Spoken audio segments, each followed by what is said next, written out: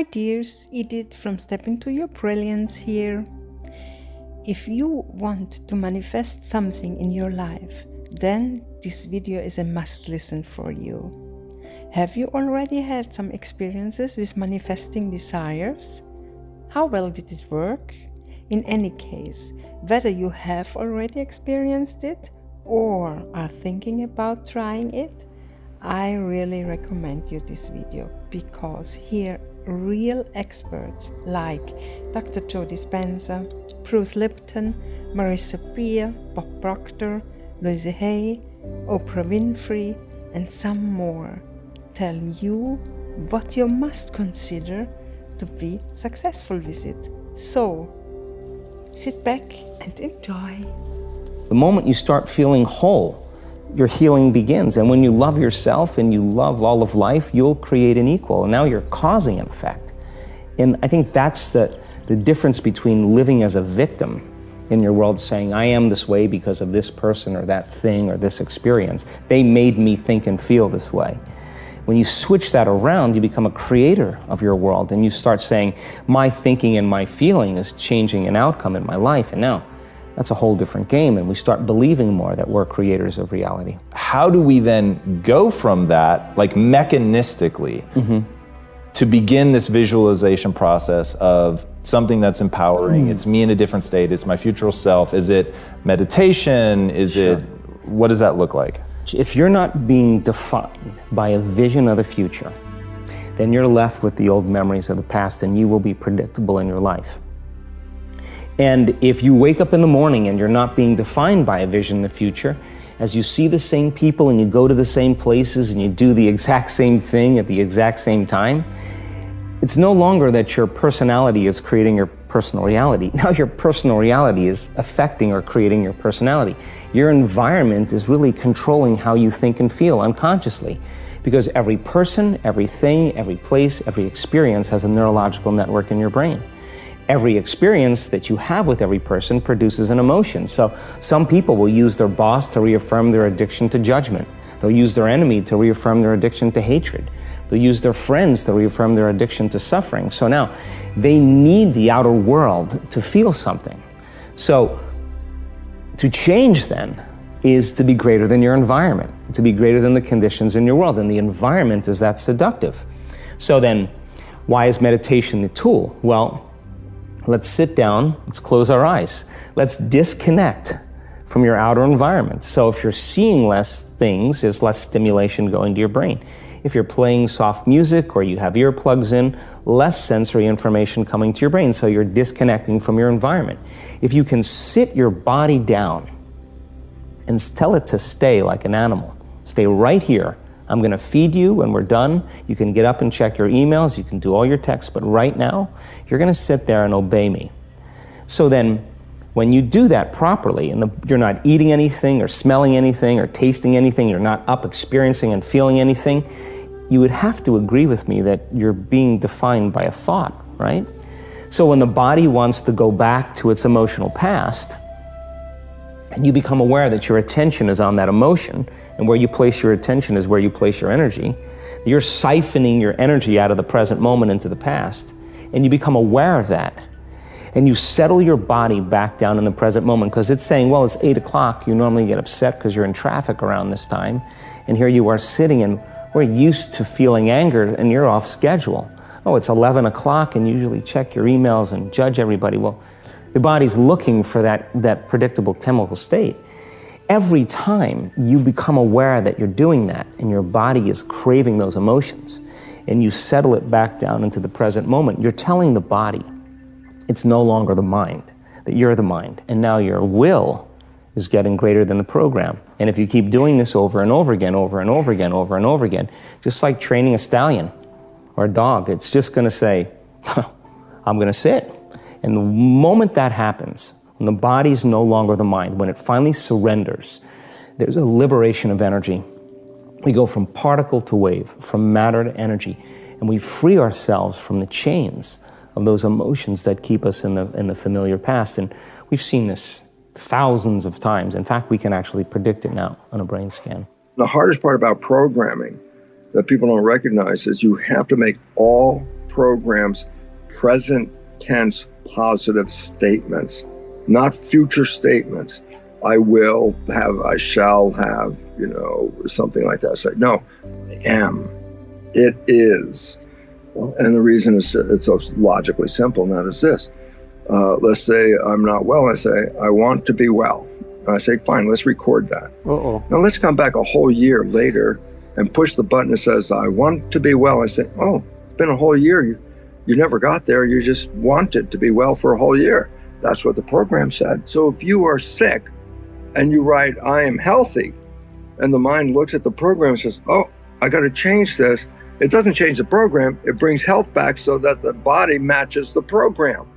And so that's the whole issue about it. The function of the mind is to take the program and manifest it.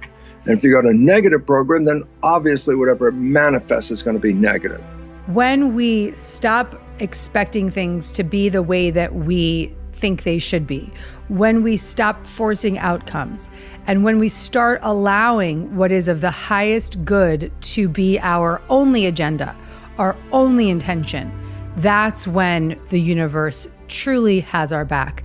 That's when we can live what it means to surrender. True surrender comes when we stop praying for what we think we need and we start connecting and grounding in what could possibly be of the highest good for all. And when we stop praying for what we think we need and we start allowing what is of the highest good for all. So true manifesting is about receiving what is of the highest good for all. And it begins not just with how will I get what is of the highest good, but how can I be open to what is of the highest good? How can I open up my consciousness to release what I think I need and get grounded in what is possible and what is of the highest good, not just for me and my agenda, but the highest good for all. That's the message. So you're doing everything right in that you're open to a spiritual practice, you're willing to grow, you're showing up for your practice, you're reading books, you're doing the work, you're here on Dear Gabby, you're showing up, you're showing up, you're showing up. You're doing a lot of doing though, and you're also doing a lot of expecting. And so a lot of doing and a lot of expecting are two major blocks to your ability to attract what it is that you want into your life. And so it's the doing that actually creates sort of a manic manifesting vibration, which is, how do I get that? What do I do next? Got to do this thing next, got to do this thing next. And that lacks the belief system that I can be still and I can allow. That's number one. Number two, being in the expectation of what you think things should be is another block to your manifesting power and your super attractor power, which is what I call it, because your expectations are limiting the possibilities. Your expectations are limiting the highest good, as this card says. So when we start to pray for what is of the highest good, rather than intend and pray for what we think we need, that's when the universe can conspire with what it is that is of the highest good for all. So ultimately what's happening is all the doing is energetically blocking, and all the expecting is blocking the manifestation as well, because when you're in this tunnel vision of expectation, it should be this way, I should be further along, I shouldn't be here. What's happening is you're missing the opportunity to recognize where you are, how great things are in this moment, what is possible in this moment, the creative possibility in this moment, the exciting potential in this moment. You're blocking it.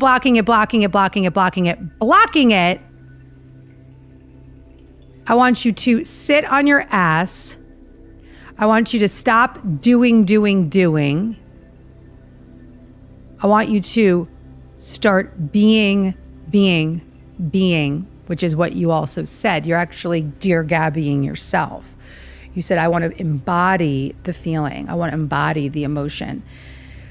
The being is a presence. It's an energy. It's a state. It's not an action.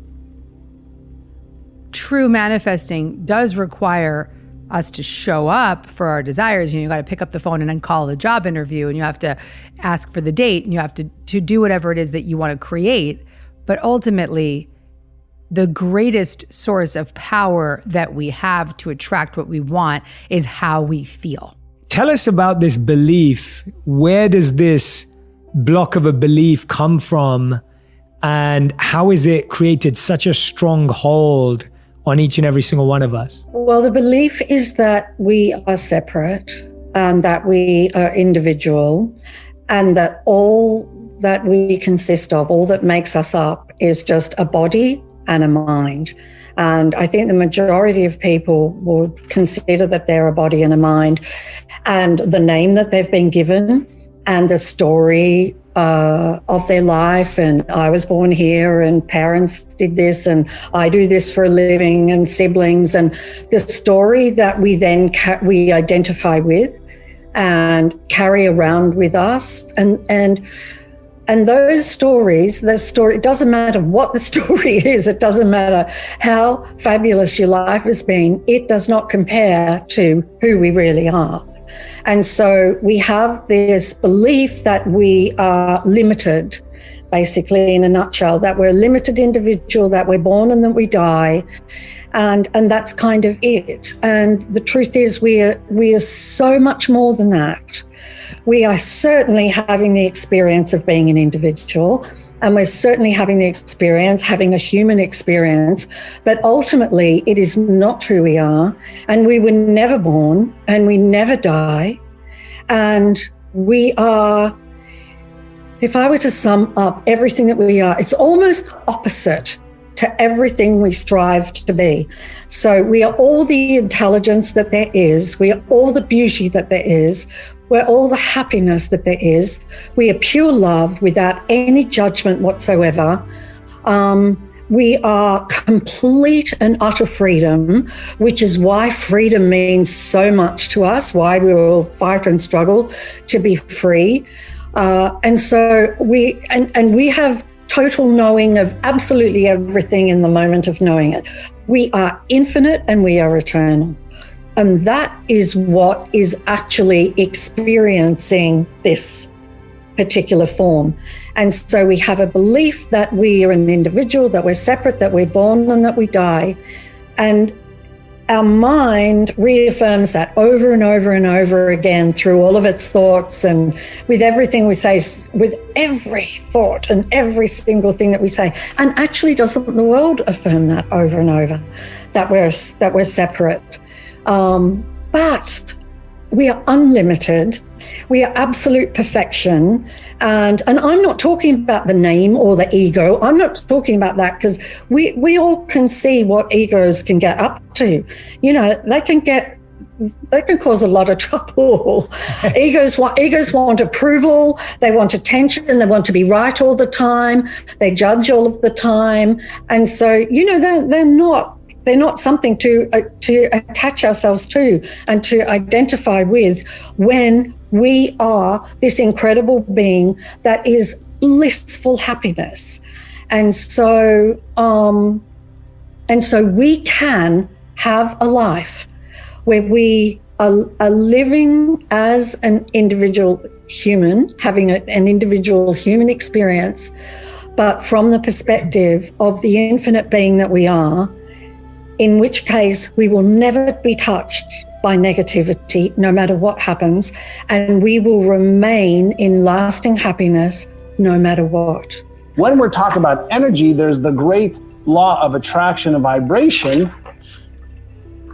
When things are on the same frequency, they are in resonance. All right, so let's not think of the law of attraction, okay, as this thing that's like a magnet that attracts, because if you were to take magnets and put together, you know, positive and positive, it actually will repel. It's positive and negative that are in resonance and attract. So when we're thinking about the law of attraction, I want you to skip the old metaphysical laws that you may have heard of or explanations you heard of, and I want you to think about resonance. So for example, have you ever walked into a room and not a word has been said, and you know something's wrong, and you say, because you're feeling the vibration, you're feeling this something is wrong, your intuition is picking up the vibration in the room, and you know something's wrong, and you go, hey, what's wrong? And the people in the room go, oh, nothing. And you go, no, seriously, what's wrong? Well, how do you know that something is off? And the answer is because this thing called our body and this thing called our brain is energy vibrating at a certain frequency. And so when things are not great, we're emitting this frequency that other humans can feel. We're picking it up with our intuitive sensors in our brain and through our field. So when we think about the law of attraction, we should actually be thinking about, am I in resonance, right? Okay, energy that is on the same frequency will resonate and attract. So if you want to understand the law of attraction around wealth, a relationship, health, money, are you in resonance with that which is already here?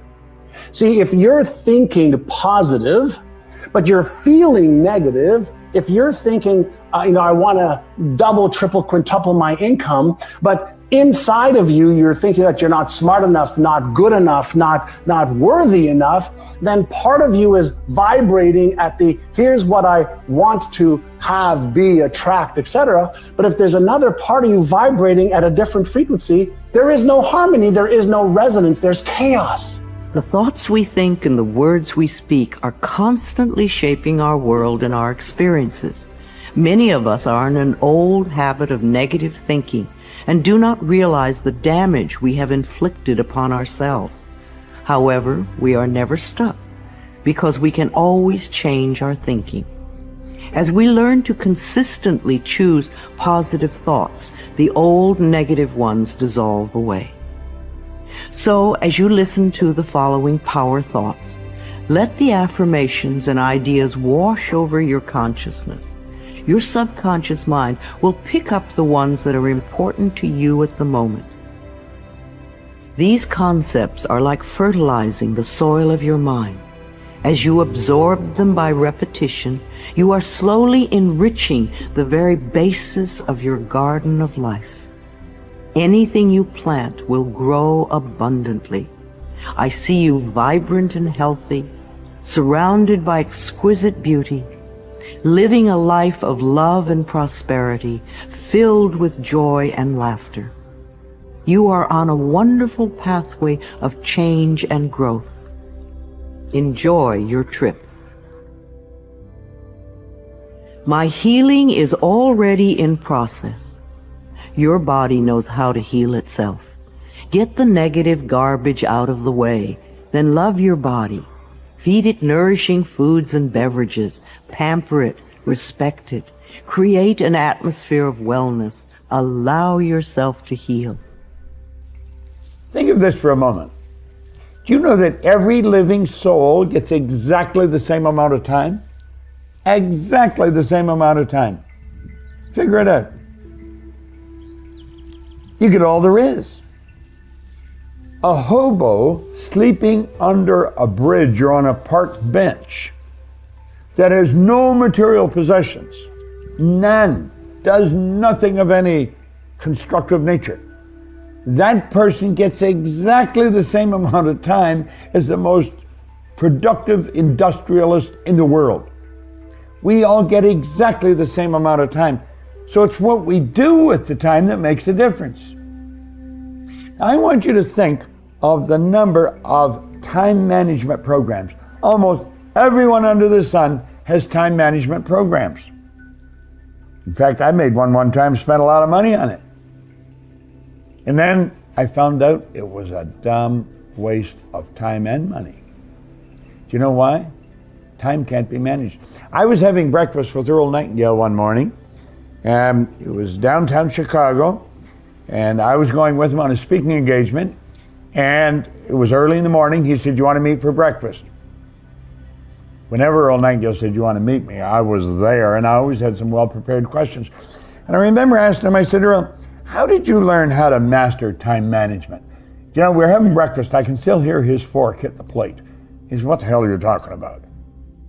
He said, "I've never mastered time management. Nobody masters time management." He said, "Time can't be managed." He said, "I merely manage activity." And he took a little card out of his pocket. And he said, "Every night before I go to bed, I write down 6 most important things I have to do tomorrow. These are goal-achieving activities. And when I wake up, that's what I start working on. And if I don't get them all done, I'll add them to tomorrow's list." you should have about 6. Now, if I have 3 that I didn't get done today, that doesn't mean I have 9 for tomorrow, like 6 plus these 3. Those 3 become part of the 6 you have to do the next day. When you wake up, you give all your conscious attention to do those things. See, you cannot manage time, but you can manage activity. You can manage your activities. Make certain that what you're doing really makes a difference. Make certain that you're spending your time on activities that are productive, that are taking you in the direction of your goal. There is a reason many of the great women and men of the world, the great history makers, the great poets, the great philosophers, the great movement makers rose before the sun. There is a magic in the air at 5 a.m. And that's why the 5 a.m. Club is so transformational, because it's the time of greatest quietude. And I believe tranquility is the new luxury on our planet. It is a time of intimate creativity, because you've just been rested. Your brain is fresh. There's very recent cutting edge science coming out now. When you sleep, your brain actually has a mechanism to wash itself.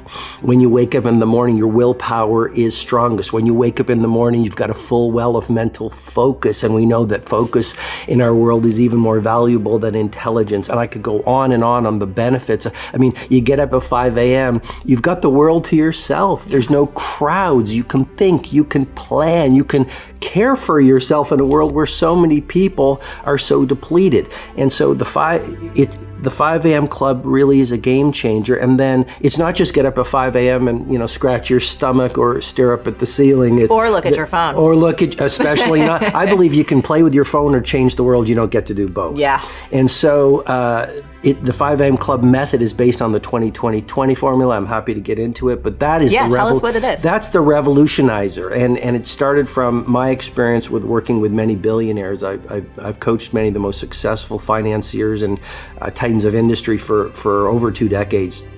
And one of the things I would run them through is the way you begin your day sets up the way you live your day. And so the 20-20-20 formula that the book is based upon is pretty simple. I go into great detail in the book, but essentially it's from 5 to 5:20. The first pocket is move. And I'm a fanatic about neuroscience. And why do you get up and move? Because you're going to release serotonin, which is going to make you feel better. You're going to release dopamine, which is the pleasure and inspirational neurotransmitter. You're going to release norepinephrine, which will boost your focus. You'll promote neurogenesis. Marie, you can actually grow new brain cells. You're going to increase your metabolic rate. So the way you feel when you first wake up is not the way you're going to feel at 5:20.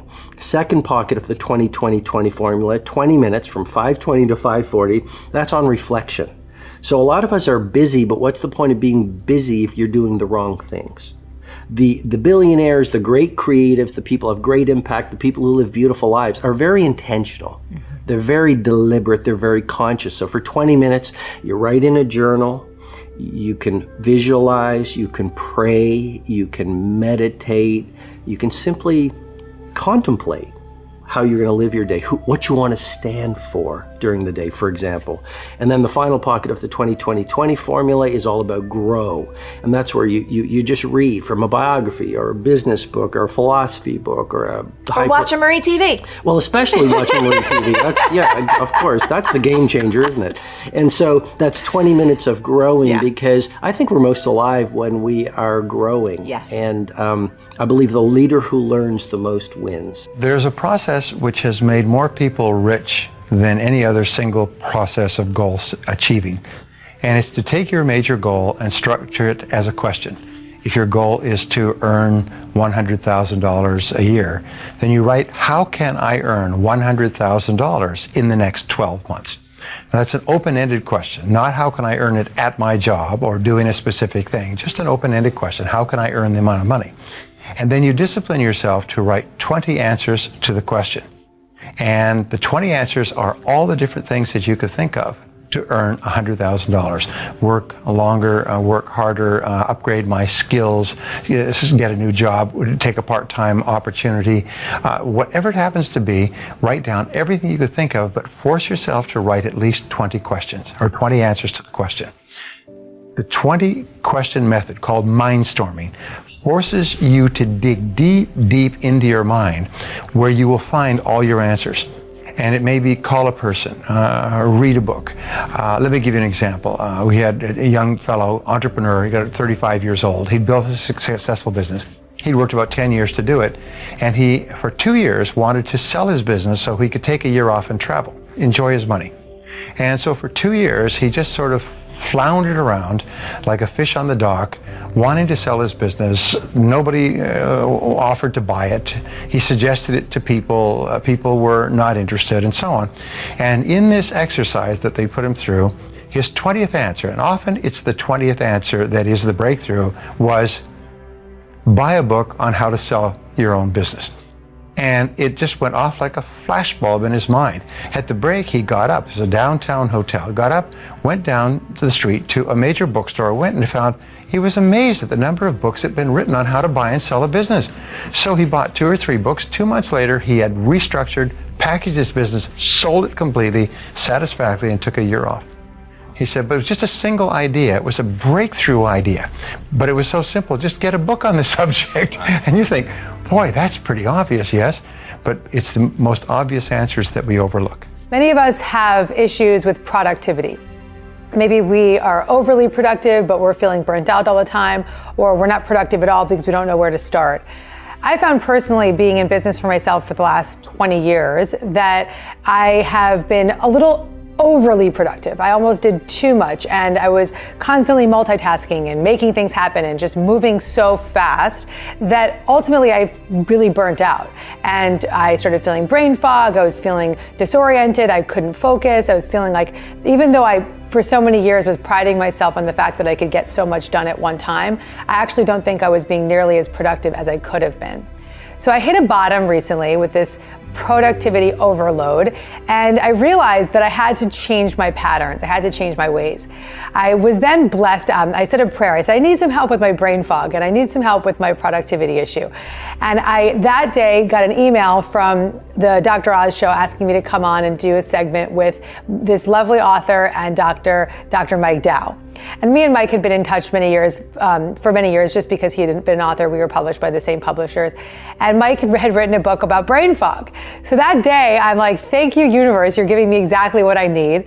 I go on Dr. Oz with Mike, and I'm backstage with him, and I'm like, listen, I'm feeling so chaotic, and I'm multitasking so much, and I feel like I've got brain fog, and I'm forgetting things. And he looked at me, he says, how much are you doing at one time? And I said, oh, Mike, I'm doing a million things at once. I have 1,000 tabs up on my screen. And he's like, these are big brain no-nos. And they're also productivity no-nos, is what he said. Because he said that the more I try to do and the more I try to multitask, the less I'm actually getting done. So he gave me a tip that I want to share with you that has changed everything for me. And his suggestion was to just do 5 things a day. To make a list of the 5 most important things that I need to do that day, and not do number 2 until I've completed number 1. And then once I complete number 1, move on to number 2, then on to number 3. And if I don't get through all 5 in one day, I'll just pick up the 5th the next day, or wherever I left off, I'll pick up the next day. And to really stick to that list and not move back and forth and not try to make a million other things added onto that list, and just be really committed to that 5-task list. I did it. I started to just be very clear about the 5 things I was doing in a day. I told my team. I made a list in my base camp, which is where we keep all of our notes. And I made it really clear to myself, these are the only 5 things I'm doing throughout the day. As a result of making it super clear and conscious to myself that I was only going to do 5 things, I have been more productive. I have created more. I have been more intuitive. I have been more inspired, and I've been more creative. 80% of people who use a vision book or a vision board say, it changed me. I've told you about my vision board. I had it above my bed. I wanted to get married. I wanted to go to Africa. And here's a picture of my wedding. It was such a load. Here's a picture of me in Africa holding a lion. That had been raised from a cub with a family, and it lived there, and it was amazing. But I made these come true. I had that vision in my mind. I held that vision. I'm getting married. I'm going on safari. And you're never given a vision without an idea of making it real, because what you want wants you. What you are moving towards is moving towards, if you have a vision or a dream or a wish inside you, get it out of you. Put it on paper, look at it, touch it, read it, then you are making it real. When you can look at your vision, write all over your vision, write on it, change it, mix it up. It's not a dream. You're making it real. Your potential expands as you move towards it. This will expand your potential.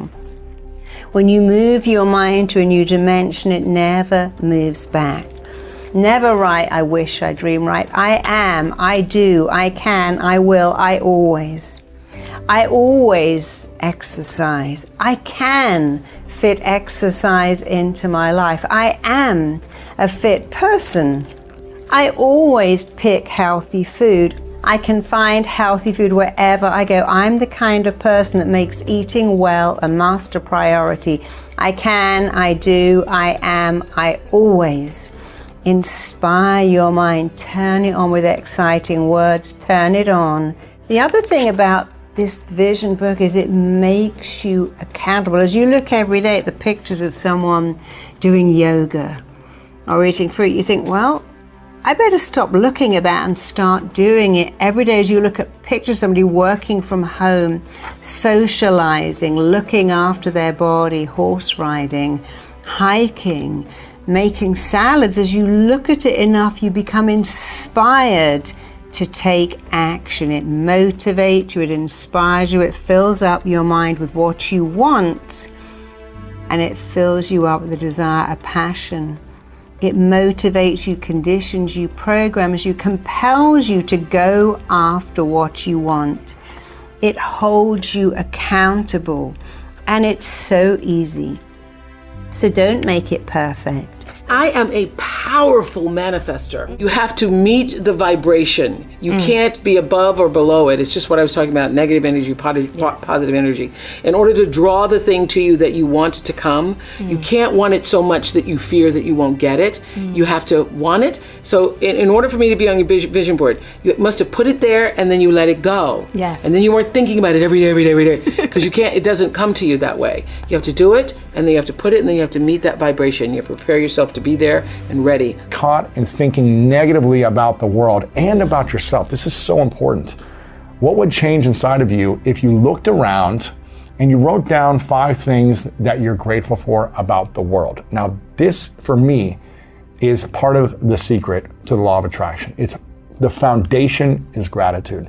It's your way of being must be grateful in order to attract new things. There's so many things in my life that I should not have attracted because I didn't have the skills, because I didn't have the tools, because I didn't have the education, because I didn't have the money, because I didn't have the resources.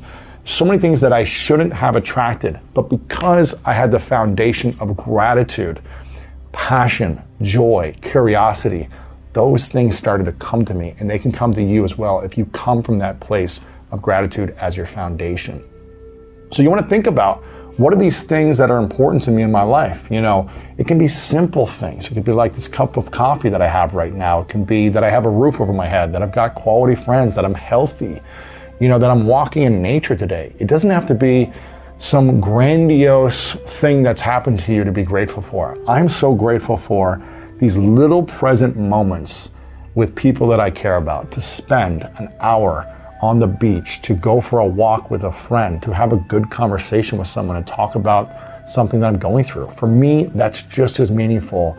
The moments in between the big moments are just as meaningful. So write down these things or think about these things. This is something I embed in my daily life. When I wake up, I think about what I'm grateful for. When I go to sleep, I think about and reflect on the things I'm grateful for from that day. And it's just my way of being for as much as I can. Now, I'm not perfect. I make mistakes, and there's some times I'm negative, but it's something that I try to really focus on as much as possible. So instead of saying that you're not enough, that you don't deserve success, what if you looked in the mirror on a daily basis? I dare you to look in the mirror on a daily basis and say, I am enough, and I do deserve the results that I want to create in my life because I show up, because I'm consistent, because I work hard, because I care about my work. If you looked in the mirror and you did this consistently for 30 days and you actually use the word action in attraction and you put it into practice on a daily basis towards that growth, I'd be amazed to see what you attract and what you manifest in your life. There's a primary law called the law of vibration. The law of vibration decrees that everything in this universe moves, nothing rests. The body in a coffin is moving. You're probably thinking this guy's smoking something. Look, if the body in a coffin wasn't moving, how would it ever change to dust? It's always moving. It's always vibrating. Everything vibrates. We live in an ocean of motion. Take a microscope and look at a solid wall. It's not solid. It only appears to be solid. A perception problem there. You'll see the wall moving right in front of your eyes. There's a particle of energy and they're dancing right before your eyes. That's the law of vibration. The law of vibration decrees everything moves, nothing rests. We literally live in an ocean of motion. Now, this physical instrument we're living in, we call our body, is a molecular structure, and it's in a very high speed of vibration. Our brain is an electronic switching station. When we activate brain cells, we alter the vibration in different parts of the body. I could not move my hand up and down or my arm up and down without first giving a message to my brain to do that.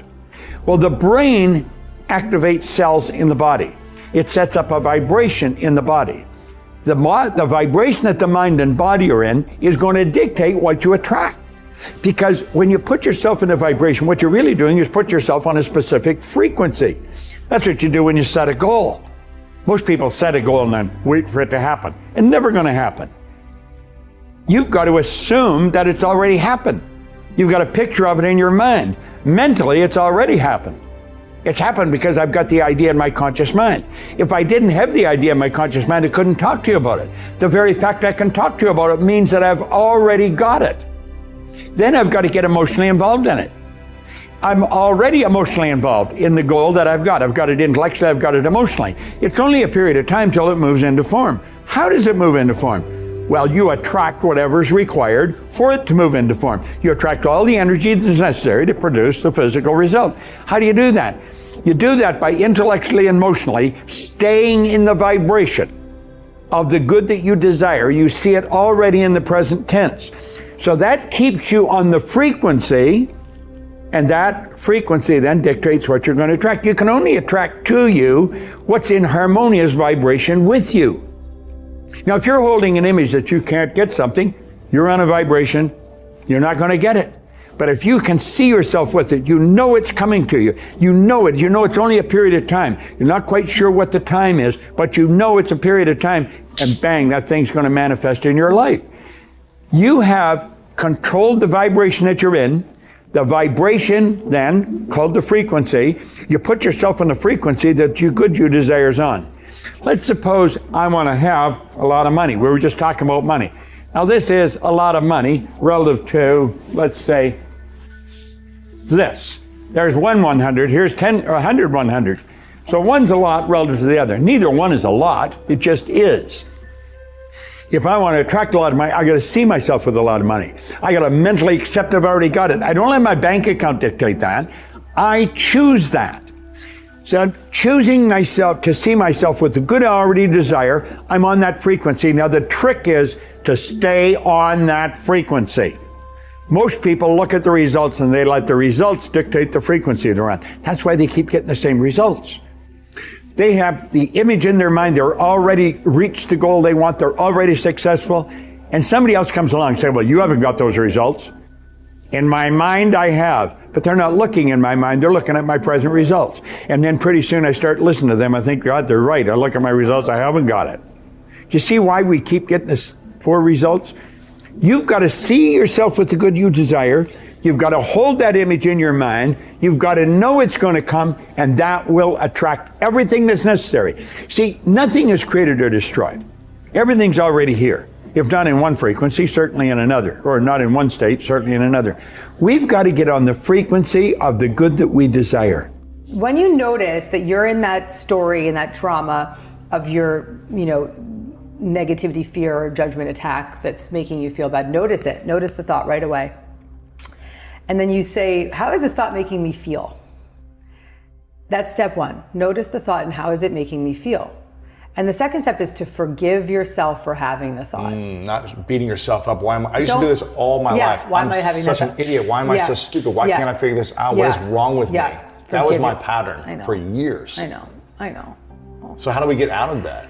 Forgive yourself for having the thought. Forgive the thought. If you can't forgive yourself for having the thought, because that just feels too heavy for you, just forgive the thought. Like, okay, that's that thought again.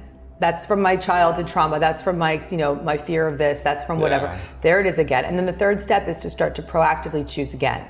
And this is where we begin to reach for the next best feeling thought. We reach for, this is very influenced by Abraham Hicks, which is mentioned 23 times in that book. What was it called? Like the Purge of Appreciation or something they do the Rampage of Appreciation. Rampage of Appreciation, yeah. So when you're going to choose again in that third step, you're going to reach for a thought that you believe in. So what if you don't believe in any good thoughts? You have a thought that could be better. And here's what it could be. It could be, I can turn on Luise Hay's podcast right now and that might make me feel better. That's a thought. Right? Or I have that book that I could open a page to and maybe it will give me inspiration. Or, just something as simple as like, I'm gonna go for a walk for 5 minutes. That might make me feel better, right? So, and then you keep going, you keep reaching for it. So you reach for the thought, I'm gonna go for a walk. I'm gonna let myself feel better. And then you go, you go for that walk and I'm gonna just listen to some music, because that music might make me feel better. Or the next thought could be, I actually have dinner tonight with my friends, so that will be great, and I can bring myself to that. But little things like my credit card got stolen, and I'm on the phone with the credit card company, and I'm trying to get out of the hotel with my son, and I have a nanny with me, so like my nanny's like, uh-oh, the baby pooped, and I'm on the phone with the credit card company and there's no Uber in Santa Fe and the baby's pooped and you're just like, these moments. And so I start going into I'm out of control, I'm freaking out. And so I notice it really quickly now. I witness the thought. I forgive myself for acting out and being rude to the woman at the credit card company. And then I choose again. Okay, let's change the poopy diaper. Let's get in the car. Let's have fun at this moment. Yes, I could have carried that negative thing all the way down to Santa Fe and having lunch, but I decided to turn it around quickly. And that's how we can start to live like that. When you, this must have been 5 years ago that we did an interview, and it was before I really understood why I was so in control, why I was needing to be, because I hadn't remembered my trauma, and I was living in fight or flight.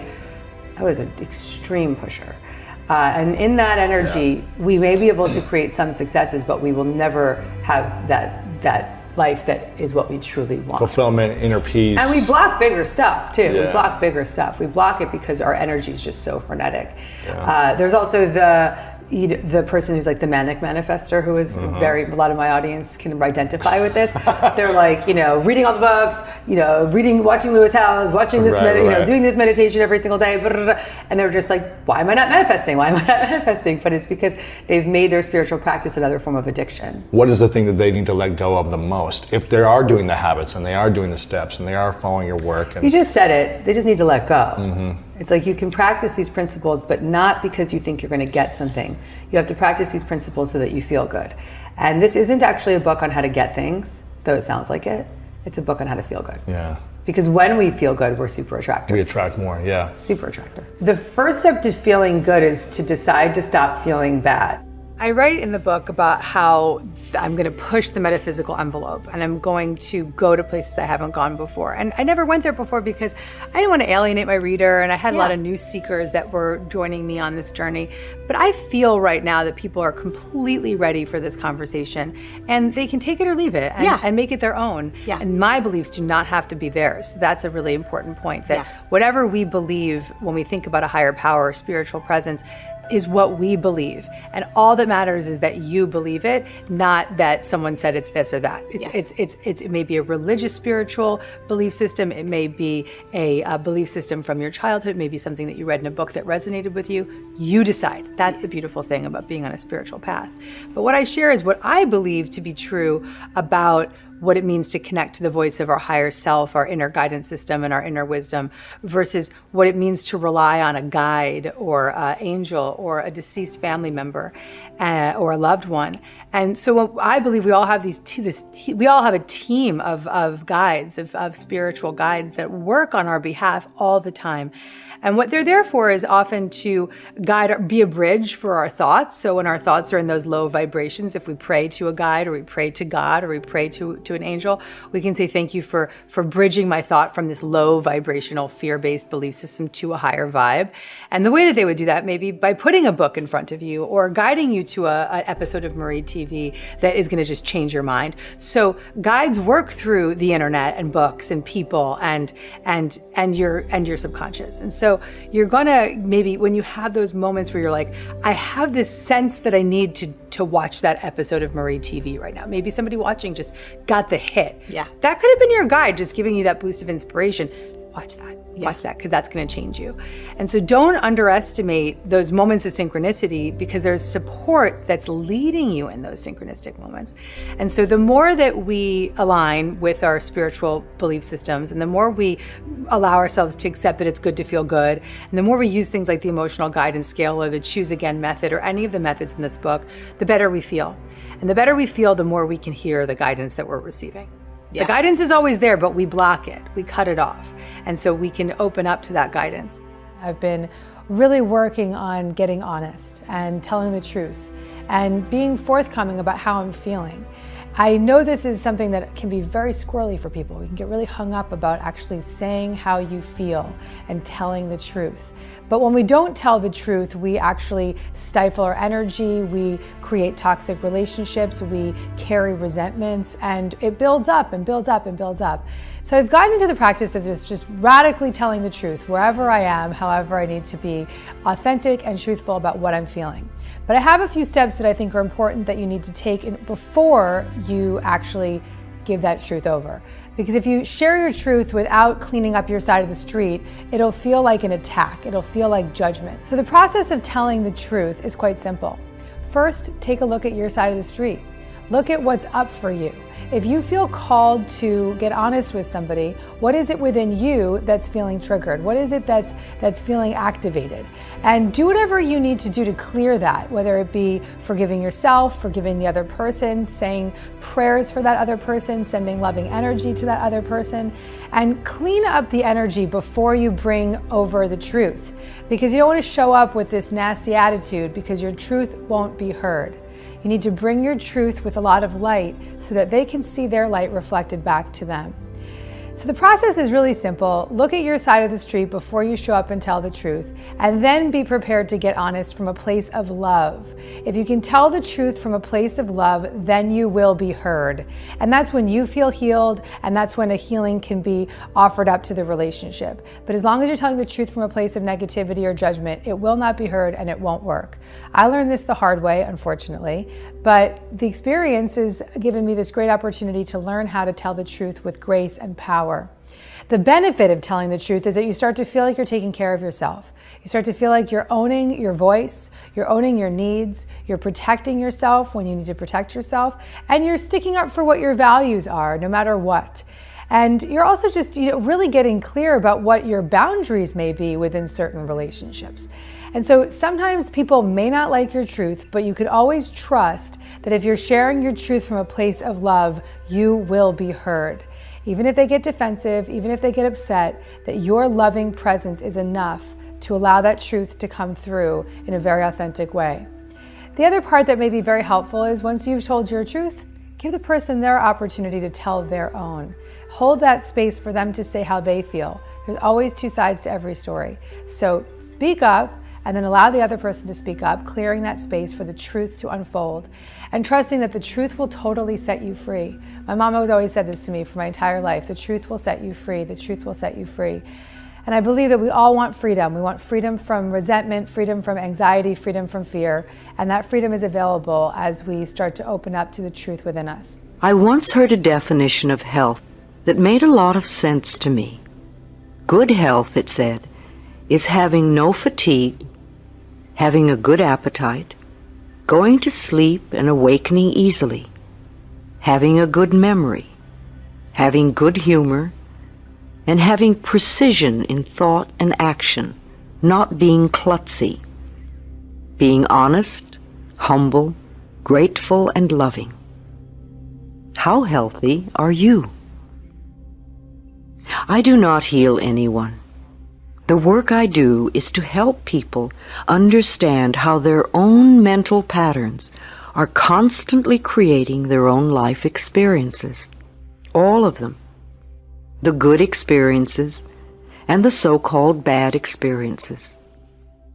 And also how these same mental patterns are contributing to the ease and dis-ease in their bodies. We do not want to be ill, and yet we need every disease we have. It is the body's way of telling us that we have a false idea in consciousness.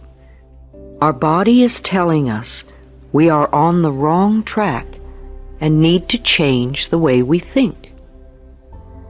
Every illness is a lesson for us to learn. Please do not just complain, "I want to get rid of this condition." It will not create the healing you want, nor will you learn the lesson you need to learn. This is not a time for condemnation or for creating more guilt. We are just looking at what needs to be released. This is a time for healing, for making our lives and our bodies whole. I know you have within you all that you need to accomplish this. Once we begin to understand this process, we are able to take conscious control of the changes we wish to make in our lives. This is a very exciting process and becomes one of the most important adventures in our lives. I believe there is a center of wisdom within each one of us, and when we are ready to make positive changes in our lives, we attract whatever we need to help us. Something inside of you has shifted, and the healing process has already begun. You might even say that to yourself now. I have already begun the healing process. Most of the time, we know very well why our efforts to manifest what we desire are not working. It is highly recommended to perceive these inner impulses and to take them seriously. But equally important is it to know how to make it work. So the content of this video can help you with that really well. Leave a comment here. What was the most important insight for you? And keep checking back here, because I want to support and accompany you in your evolution on the path to wholeness and happiness in this very special new time. I want you to step into your brilliance and keep shining. Have a good time. See you tomorrow. Bye.